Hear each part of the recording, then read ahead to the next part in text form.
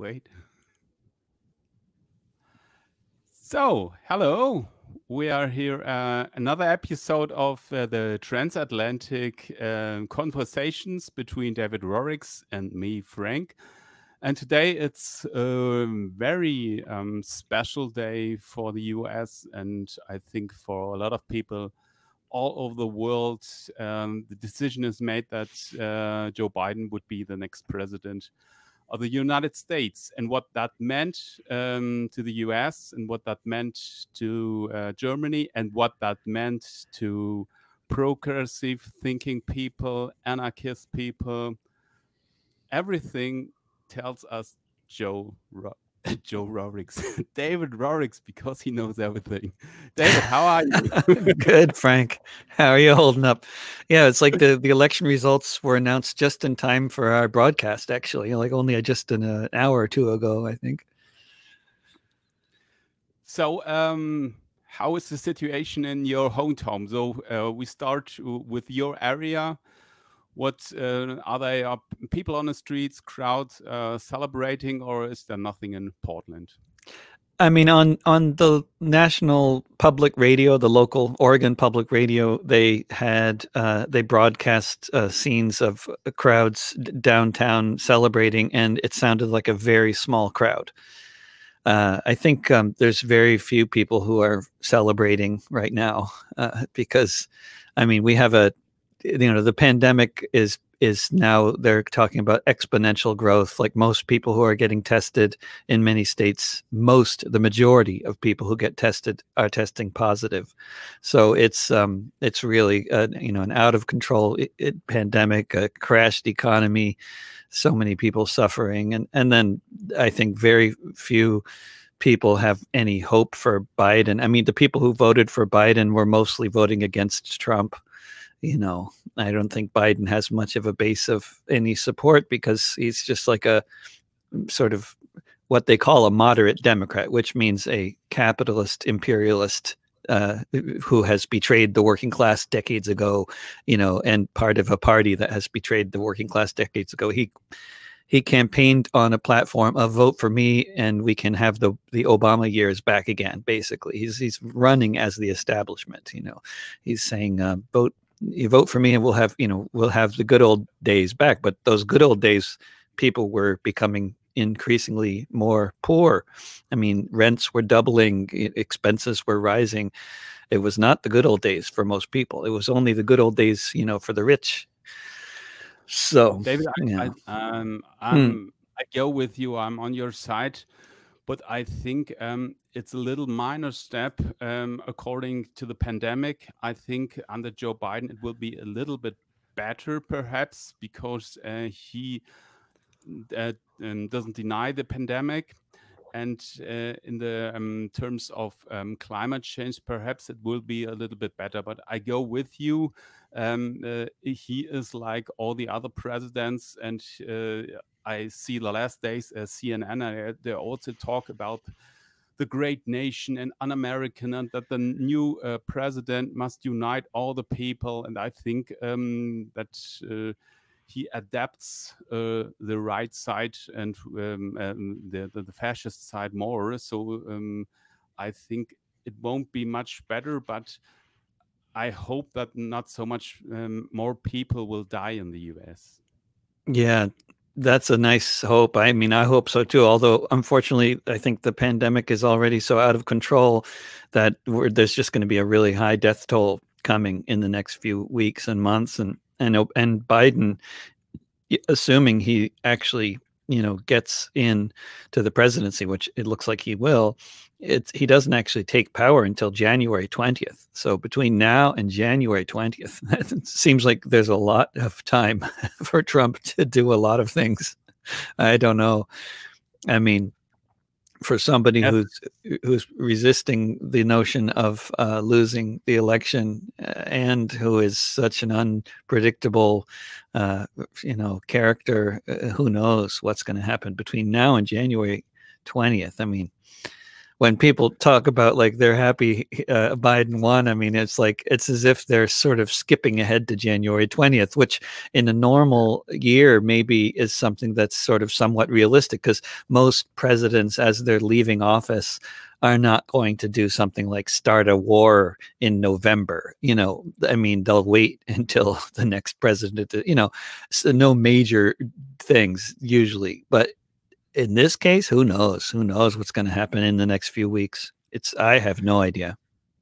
So I'm also concerned about that Donald Trump, in his last months of his presidency, That's a good one. word for me, he will take revenge, because he said, okay, New York got 2 months left, and so I will taste revenge, and I will do a lot of bad things for the American people, and that he will estimate, not estimate, strengthen it. Do you have also these concerns that would be Yeah. worse in the last months? Yeah, I mean, it's at least it seems like it's possible that what we could see now is a pattern that has become familiar, which is at first Trump tries to do something outrageous and he meets some resistance from within the ranks of the Republican Party for the first few days, and then he gathers together his sort of base of support within the leadership of the party, and then they put the other Republicans in line, and then he gets the thing going in the direction he wants it to go in. It's just unclear whether he's going to be able to do that this time, because clearly he lost the election. But despite all efforts at rigging the election and taking away the vote from millions of people in various ways, all in many different states, despite all those efforts, he lost. And he didn't lose by that much, but he lost. And I think a lot of the Republicans who are kind of living in some version of the real world will have to recognize that he lost, and they won't go along with his effort to keep power, even though he lost. But that's unknown. I mean, I think one thing that we can say for sure about Trump and his time in power is that you cannot predict the future very accurately. Things can happen, and we don't know what can happen. It's very complex. There are a lot of forces at play, and there's a lot more going on than just politics in the halls of power. There's also in the streets. We have people walking around cities throughout this country right now with assault rifles. You have, in every one of these places where they've been counting the vote, you have dozens or sometimes hundreds of far right people walking around with American flags and, semi-automatic weapons. And also on the side of the Black Lives Matter protests, increasingly people are carrying guns. So it's and there's more guns now in the homes of Americans than ever in history. And so many of them have been bought in the past few weeks. So, topic guns. What's a very hard to understand topic here in Germany, that you're allowed to have a gun, to use it, and that it's your own right to have it. And also, President Obama tried to do something against the NRA. But do you think that under the Biden administrations there will be efforts for gun control, or do you think that's the opposite, that he just say, okay, I have to do some politics for the Republicans, so I won't do anything about gun control? I mean, as far as I recall, the last time that there was, now I think I don't think the Obama administration was ever able to overturn to put back in place the assault weapons ban that actually was put in place, I believe, under George W. Bush, and but now I can't remember. I don't remember the details. But basically, there was for a long time there was something called the assault weapons ban, and what it meant was it just meant that it was significantly harder for people to actually buy rapid fire guns. Still, it was easy to get rifles and pistols that did not fire, rapid fire, right? But then when the assault weapons ban was overturned, and it became incredibly easy in much of the country to buy, basically automatic weapons, the kind that you use on the battlefield. And since then, the number of massacres have increased dramatically, and the death toll in the massacres has increased dramatically. But I don't remember the specific numbers in terms of how much and when and all that, but that's been the trajectory. That's been the trend. And it's just terribly, very worrying. It's just extreme. It's terrifying. I mean, you got people walking around with guns all the time, all over the place, especially the far right. Yes, and I've heard a report about somebody who sells guns, and the reporter asked him if there will be a next civil war, and he said no, because the Democrats, they have no weapons. But I think that's not true, or is it true? Well, I think it's not true because there's definitely a lot of Democrats with guns, as well as a lot of left wingers with guns. But definitely, by far, the most guns and gun use and gun ownership and gun advocacy is among the far right and the Republicans generally.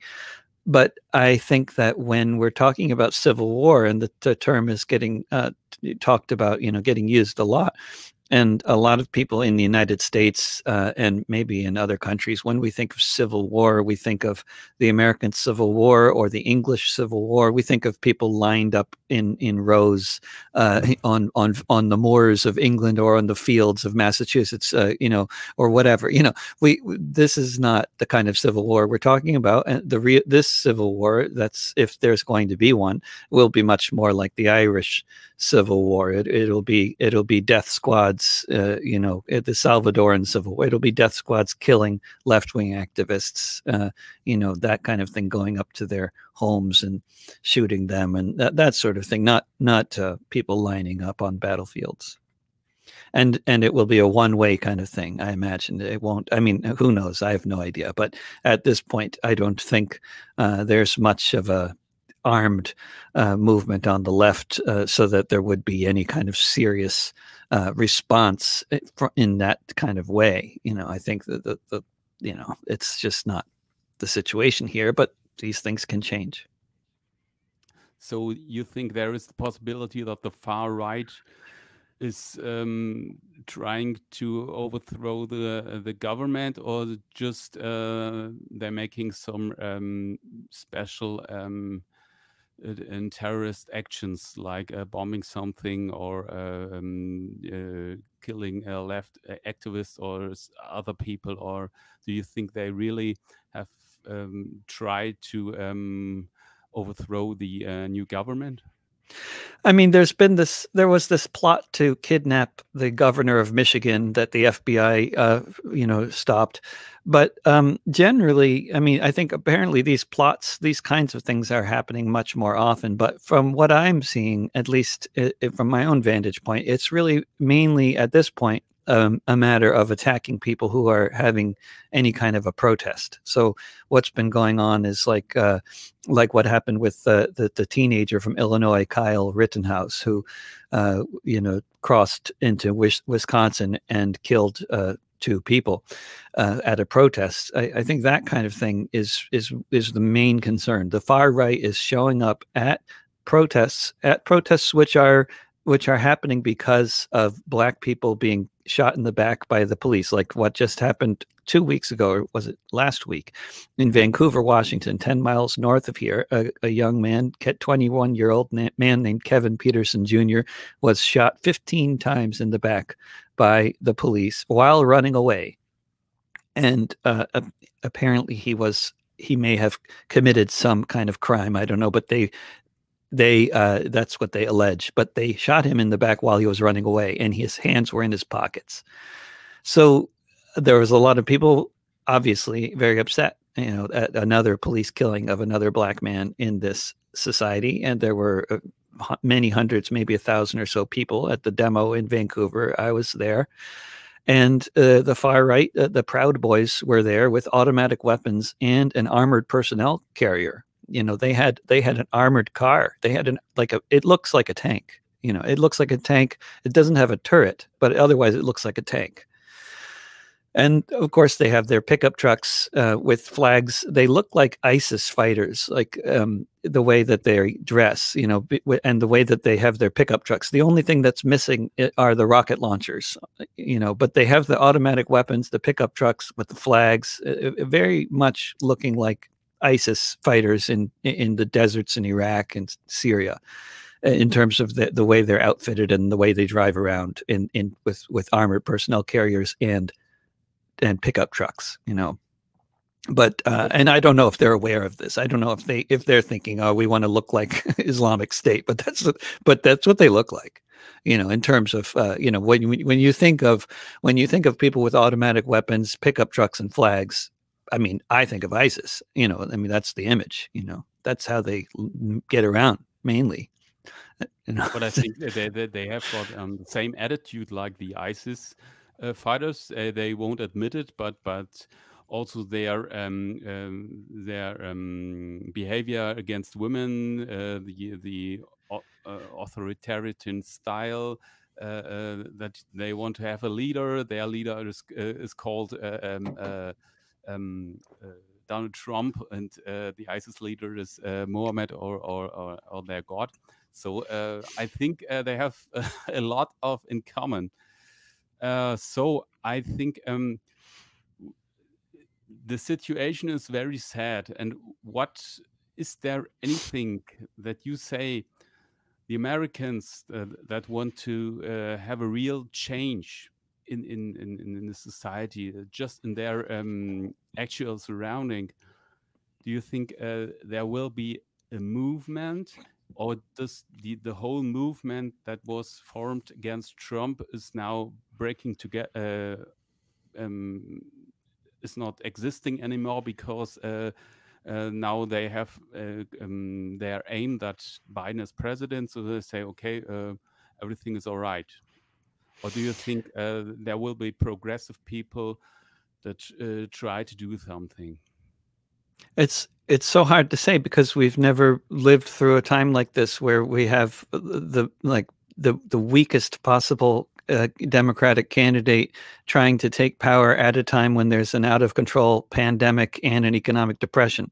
So that's all new.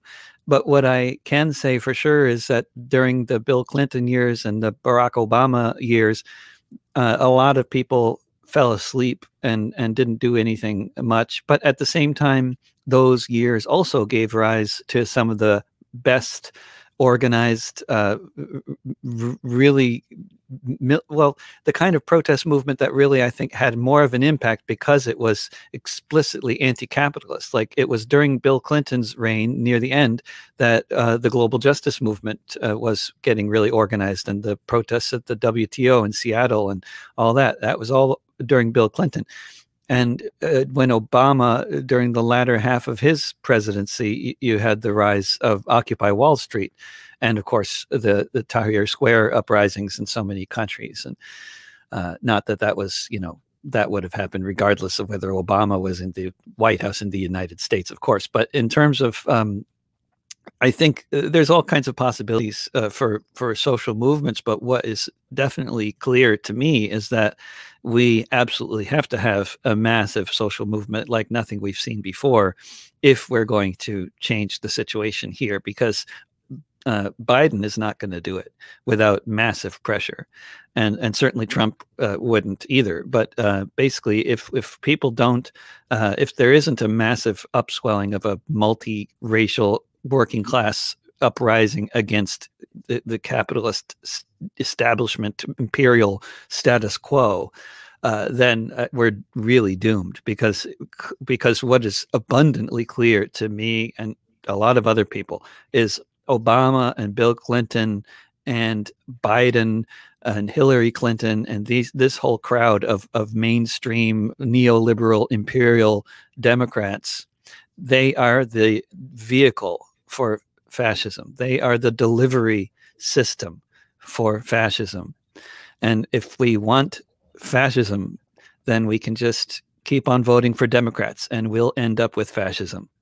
Because what the people need and what they're demanding is to be fed and housed. What the people want is health care. They want, basically, they won't say the word, but what the people want is socialism. And if they're not going to be given socialism, then they will demand the closest thing they can find to socialism. And what is the closest thing that you can find, as strange as it seems to an educated anarchist with a historical perspective, as strange as it seems to the average person, when they see a socialist and they see a fascist, they often are seeing something that to them looks similar. And if they don't get real socialism, they will go for what you could call fake socialism or national socialism. You know, and you see Trump, and if you listen to his rhetoric, not the way it's filtered on the liberal press, but if you actually listen to his speeches, which is one of the main mistakes I think the pundits make, they don't listen to his speeches. Subscribe to Donald Trump on YouTube like I do. Listen to his actual speeches from beginning to end. And what you will hear is classic National Socialist rhetoric.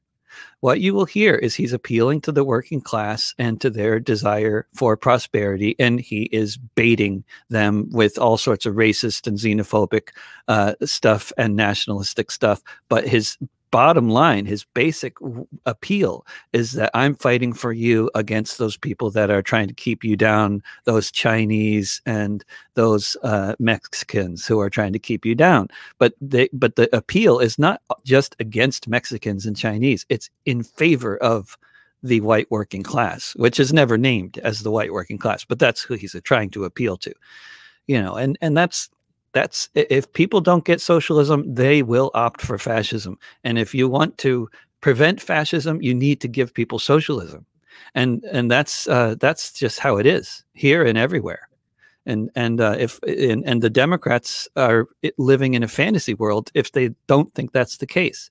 If they think that people, what they really want is capitalism, they're wrong. People are constantly rejecting capitalism. They don't say that. They don't know exactly that we're rejecting capitalism, but you can see how they're voting, and you can see, you know, how they vote in local initiatives too, like here in Oregon.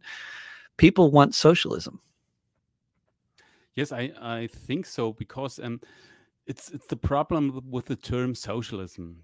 Well, because a lot of people think socialism is like the system in the former USSR and the former GDR. That is socialism, and that has nothing to do with socialism or anarchism, in my opinion. Well, at this point, the former GDR would look good for many Americans. I mean, in the former GDR, you had the Stasi, yes, but you also had full employment. You had people with good health care and with largely decent housing. You know, you didn't have millions of people homeless living on the streets. You didn't have tens of millions of people without health care. You didn't have 1 in 5 children going to bed hungry. Actually, the GDR was people; they were better off than here right now. For the average person. Okay, I mean, I know that's not the kind of socialism I'm advocating for sure. I mean, I don't want to have any kind of authoritarian state by any means. But what people want is and what we talk about. I mean, I know the term socialism is very loaded, but and of course, it's important to note, you know, but of course, yeah, people don't want authoritarianism, but what people do want is healthcare, housing, you know, free education that's good for all children. That's what people want. They want those basic, what much of the world thinks of as basic human rights. They want that here too.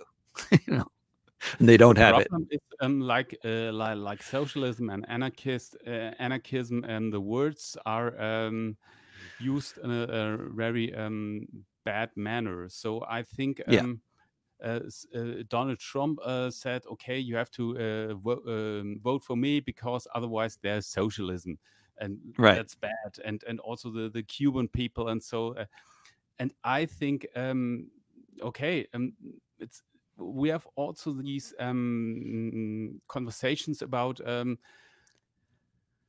do we say we are anarchists because everybody thinks anarchist, this is chaotic, they are violent, and so perhaps it's better you have the same attitude, but you use another term. And there are a lot of discussions here also in my groups. And I don't know, I think I'm an anarchist, and I could everyone explain why. And that's, for me, it's not an ideologic, it's a thing to organize a society in a way where a lot of people could contribute. So what do you think about using this term socialism or anarchism? Do you think it's good to use another term, or do you think, no, that's not my opinion? I have spent most of my life avoiding the term socialism and avoiding the term anarchism, and just talking about these things by talking about what I really mean, and because the terms are so loaded and so confusing for so many people. But at this point, when I talk about the people wanting socialism, I use the term because specifically because Trump is constantly using the term. He's constantly using the term as something that people don't want, and actually, it's the opposite is the case. And I'm using. But I'm not using the same definition of socialism. That when he says socialism, he means, as you say, authoritarianism, like the Stasi and stuff. But of course, but I think increasingly what many people understand as socialism is when the government ensures that you have these basic human rights met. They understand that it's not just about meritocracy. It's not just about equality of opportunity. It's about having basic human rights met. And at a time of Great Depression and pandemic, I think more and more people believe the government should be helping, making sure that their basic human rights are being met, like housing, healthcare, and that sort of thing. But but it is a loaded and problematic term. And also the term anarchism, I mean, I would maintain that the most effective social movements and the best organized social movements and the most forward thinking social movements and the ones that have actually had the best luck at organizing with the fewest resources in the United States and in Europe over the past several decades have been movements organized by anarchists. But in most cases, they don't call themselves anarchists. I mean, in most cases, you could go to a meeting of really experienced Occupy Wall Street people, not the ones who just started the thing, who were teenagers, but like the ones who actually had the idea and got it rolling, who are slightly older. Most of them are anarchists, and most of them would never actually publicly identify as such. And that was also true of the global justice movement and many other movements, because of course in the media, when they talk about anarchists, they're talking very specifically about Black bloc youth who are out there in the streets of Portland with umbrellas, getting tear gassed, and a couple of them are breaking windows. That's what people think of. And they may also be anarchists, but you certainly don't need to throw a rock or even know how to throw a rock to be a good anarchist. It's not part of the requirement. It may be a handy skill at some point in your life. You may want to learn how to throw rocks, but it's not necessary. But if you're too weak, you're not able to throw a rock. Yeah, there's still a place for you within the anarchist movement. Yes, and I think now what Biden says, he just wants to do something against the far right and the far left. So he wants to have all the ordinary people, the people that are right, that profit from capitalism, that are hardworking, and also that CNN. I watched it now for a long time because I have no other broadcast system here. I don't have any local anarchist TV station from the US, so I watch CNN. And what, in my opinion, they always talk about these nationalism and that they are proud to be Americans. And if you hear that in Germany, it's like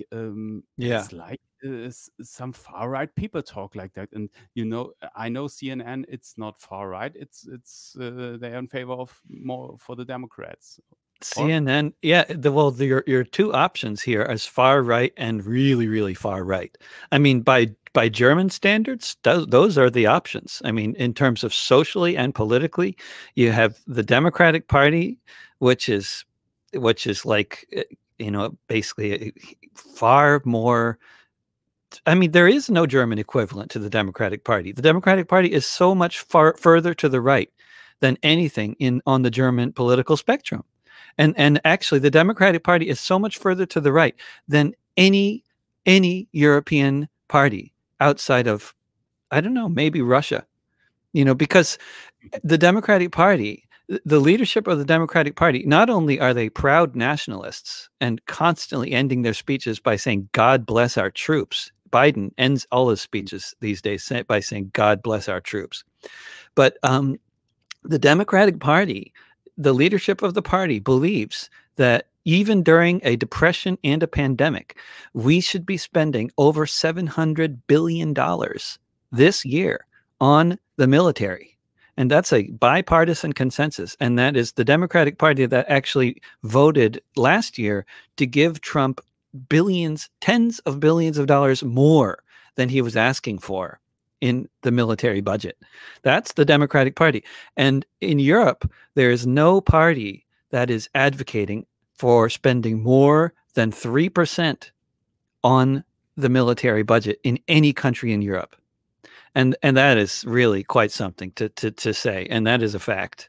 And if any European party were to advocate for spending anything close to the amount we spend on the military, if any European party were to say, let's cut social spending and, multiply our military expenditure, they would not get into office, or if they were in office, they'd be immediately voted out of office. But, here in the US, spending half of your federal tax money on the military while millions of people are living on the streets and tens of millions have no health care and there's an out of control pandemic, that's normal here. So there is it's really hard to find any way to compare how far to the right the Democratic Party is in a European context. So you have in the legal political terms, you just have a party that's right and the party that's more righter. Yeah, that's it. Right. And you have no for all the other people that are not far right or for more right, they have no chance to change something in the political way. The only chance they have is to change something in their local area or change something on the street. Is that right? I mean, I think ultimately change happens in this country where we don't have a multi-party democracy, where we really don't have much of a democracy at all.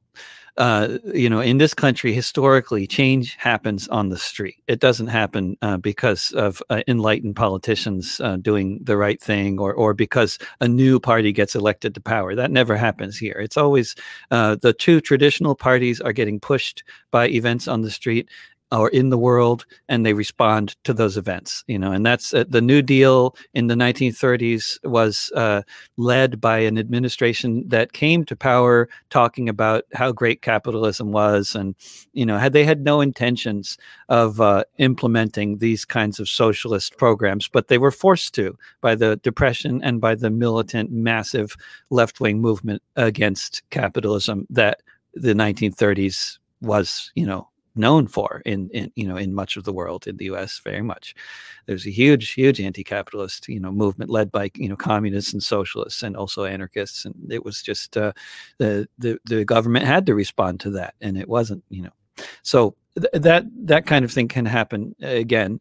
And I mean, in terms of elections, I mean, certainly it's definitely worth noting that while there was not a blue wave of Democratic victories around the country, and I did not think there would be, what you did see, and what I also predicted, was that the candidates backed by Bernie Sanders won all over the country. They won. And the candidates backed by the mainstream of the Democratic National Committee, the more mainstream capitalist imperialist Democrats, even with the help of Bloomberg's billions and so many other corporate donations, even after spending more than I think any party has ever spent in the history of elections in the world, they still lost. And that is because the people, again, they want socialism, and that's what they're voting for at every possible opportunity. They're voting for the Sanders-backed candidates and against the others. And here in Portland, even though the problem with so many cities in this country in terms of local elections is most of the cities in the country are completely controlled by the Democratic Party. So they're one-party states, and so you have one Democrat running against another Democrat, and they all act like the progressives, because if they want to win, they have to be progressive, because that's what people want. And so you have to try to figure out which one of these is the real progressive, if any of them are, and which one is the capitalist pretending to be a progressive. And it can be very hard. Even if you're really following local news, it can be very difficult to tell which one is which, because they're all trying to pretend to be progressive. So what happened in the local election is the real progressives lost the race for mayor and lost the race for city council, and the landlord and police supported candidates won. So, but at the same time, the local initiatives, which are these ballot initiatives where they explain what is this proposal that it's explained in a paragraph. What is this thing? You vote against it or you vote for it. So all the good ones, most of the good ones won. We voted overwhelmingly to tax the rich in order to fund universal preschool throughout Portland. We voted overwhelmingly to legalize psychedelic mushrooms. We voted overwhelmingly to decriminalize all hard drugs in the state of Oregon. We just did that. That just happened. And so when good things are on the ballot as an initiative, overwhelmingly people see that's good. Let's vote for that.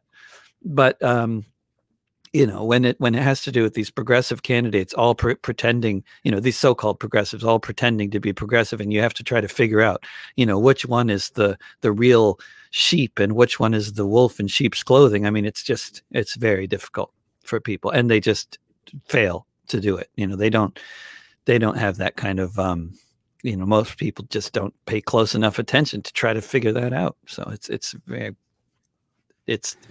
tough.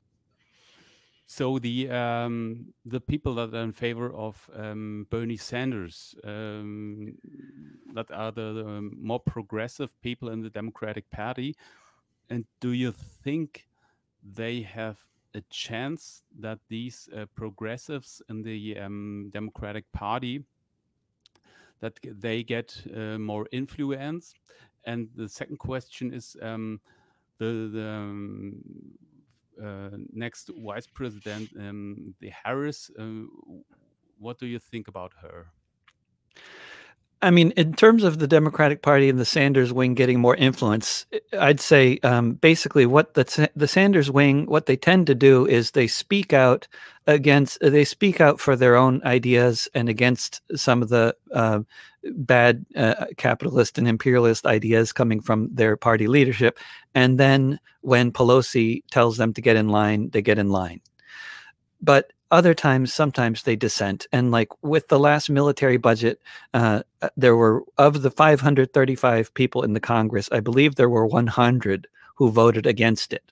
So you maybe optimistically 1 out of 5 people in the Congress is somebody that we could potentially work with, who is not in favor of empire building and uncontrolled capitalism.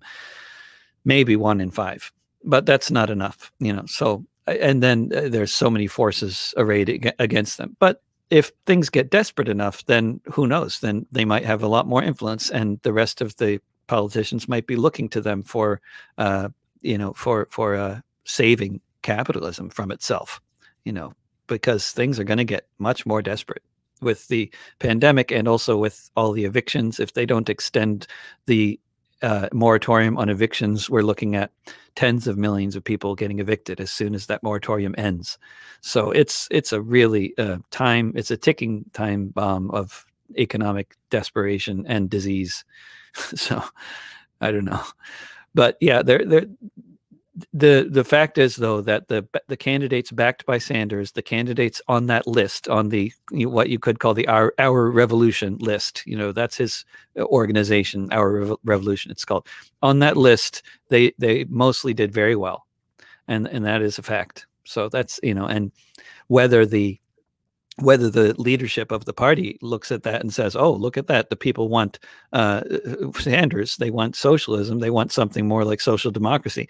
They know, I think the leadership of the party, they cannot be stupid enough that they can't be so stupid that they don't see that. I think they do see that Sanders would have won, that Sanders was the more popular candidate, and that Sanders would have beaten Trump both in 2016 and 2020. I think they understand that. And most of the voters who vote Democrat do understand that and believe that. But the leadership of the party, they would actually rather have fascism than socialism. They would rather support Trump than support Sanders. And that is just something they have demonstrated very clearly. They would rather have Trump than have Sanders. So at the end of the interview, let's talk about a little bit what I'm at the moment a lot of concerned about is the pandemic in the US. And do you think after the election there will be a pressure from the streets that they have to do a lot of things against the pandemic? So I saw a lot of people now celebrating in the streets. They wear masks, but there were no social distancing. So I think the pandemic is spreading and spreading. And do you think there are any things where you can say, okay, there is a chance to do something against it? Well, I mean, now we have community spread that's completely rampant. There's no way to do contact tracing and control it at this point. That's long been not possible. It's a just totally out of control pandemic. Although, as far as I understand, from what the scientists are saying, they don't see any evidence that when people are gathered outside with masks on, like at the protests, that this is causing any significant spread. So I don't know where how they reached that conclusion, but what I'm hearing a lot is they're saying that the Trump rallies are super spreader events because most people are not wearing masks. Okay. But when it comes to like Black Lives Matter rallies or Democratic Party gatherings where everybody is fastidiously wearing their masks, apparently that really prevents the virus from spreading. So I don't know, but I mean, basically, of course, if you have half of society going around not wearing masks and the other half is wearing masks, which is the situation here, then you're doomed, right? Because what you need is if the masks are so helpful, then everybody needs to wear them. You can't just have half the people wearing them.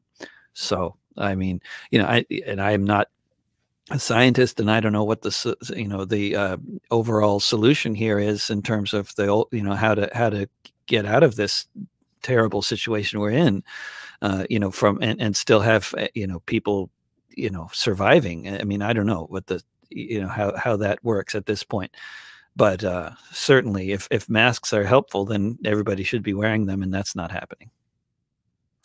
So, David, was really nice talking to you, and it's always good to have information from the first hand, like we say. I don't know if that's the right. Yeah, that's right. First-hand So, information. Yeah. I hope if we talk in 1 month, there will be a little bit better situation. And But perhaps what's been going on in Germany, though? In Germany, there's been I hear all over Europe there's been a spike in the virus. I mean, it's nothing like here, but it's something that the authorities are concerned about, right? Because it's coming out more than a 1-to-1 ratio or whatever, 1.1 or whatever. yeah, okay, okay, that's good. I talk a little bit about Germany. In Germany, since last Monday, we have got a little lockdown, they say.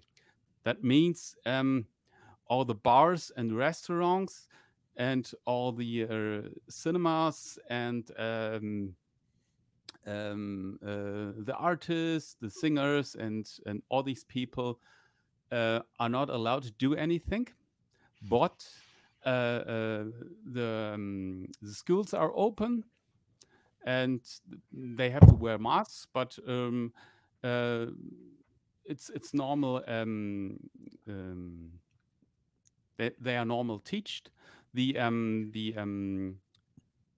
experts have said they have to part the classes, but the government said no, we don't have the money for additional teachers. And all the other things, all the economic things, the supermarkets and every shops, they are open, and so people are going to do their party in their private room. So I think these shutdown will do nothing except that people like you and I have got friends that do improvised theater, and at the moment I started to make a documentary for them, a film, and they have got no like you know no nothing to perform now at the moment. They starting to perform also a live broadcast, and these people, they are suffering, and they are going down, but all the big ones, they will survive, like it's always. So I think they decide in December if they what they do, if they end the lockdown or if they verlängern, keep going with the lockdown. So I think what's important is that they what I say is that they have to abolish the alcohol at the moment, because there are a lot of parties going on, but it's like in the US, the economic things are they rule, and everything the other things have to unterordnen. Take second place. Yeah. Take second place. So that's the situation in Germany, and also me. I was making films for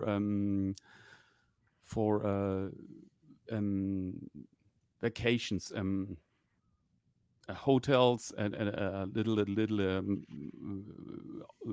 vacations where you go on holiday. So they could I make little films for them, or I try to make films for bands, music videos, and so it's nothing. It's like in your thing, and um, uh, that's the problem. All the people that are in the culture business, they got more and more problems, and also I think the cinemas, they without COVID, they have problems because Yeah.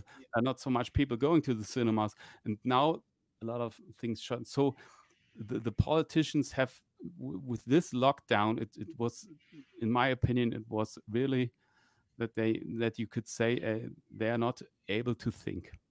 So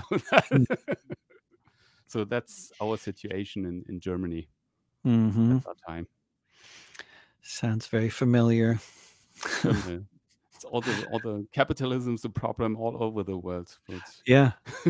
it's too complicated to abolish it. But someone has to do, and capitalism would go away. But I don't have that one.